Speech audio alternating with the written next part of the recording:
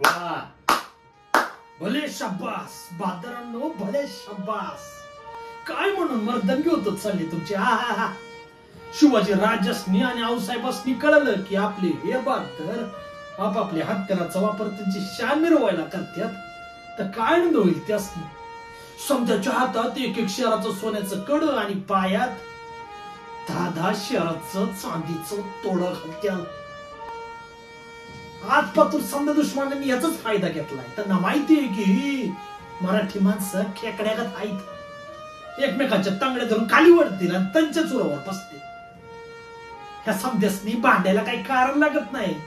मी मराठा, तू बामण, तू कुंभी, तू मार असं म्हटलं की बास, आम्ही एकमेकांच्या नरडीचा घोड घ्या मोकळं.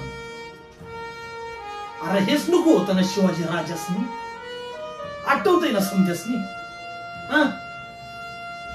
गणूजी गोंडूजी तुम्ही आणि काय रे मरते, तू बी होतास ना रायरेश्वर शपीत वाहता ना. अरे काय म्हणाल होतं राज. अरे काय म्हणाल होतं राज की हा भगवा झेंडा आपला गुरु, त्याच्या खाली उभं राहून जो देशाकरता माऊली करता गावली करता लढल तो खरा मराठा, म्हणजे या महाराष्ट्राचा पुत्र.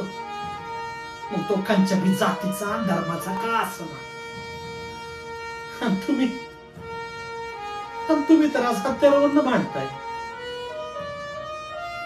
ही हत्यार आपापसात लढण्याकरता नाहीत.